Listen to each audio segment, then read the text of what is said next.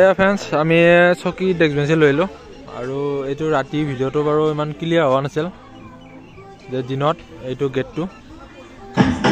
গেটটো complete আৰু ইয়াৰ ওচৰতে এইটো নদী আৰু ভিতৰৰ চাইডে মই বাৰু আপোনালোকক দেখাই আছোঁ। আমি চকীটোকে লৈ আহিলোঁ, আগতে আধা দিয়ে থৈছিলোঁ, অলপ বাকী আছিল।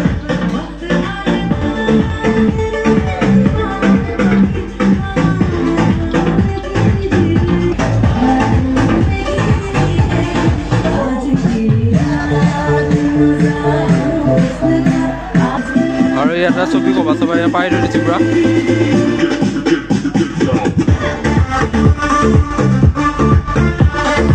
আৰু চেলফি পইণ্ট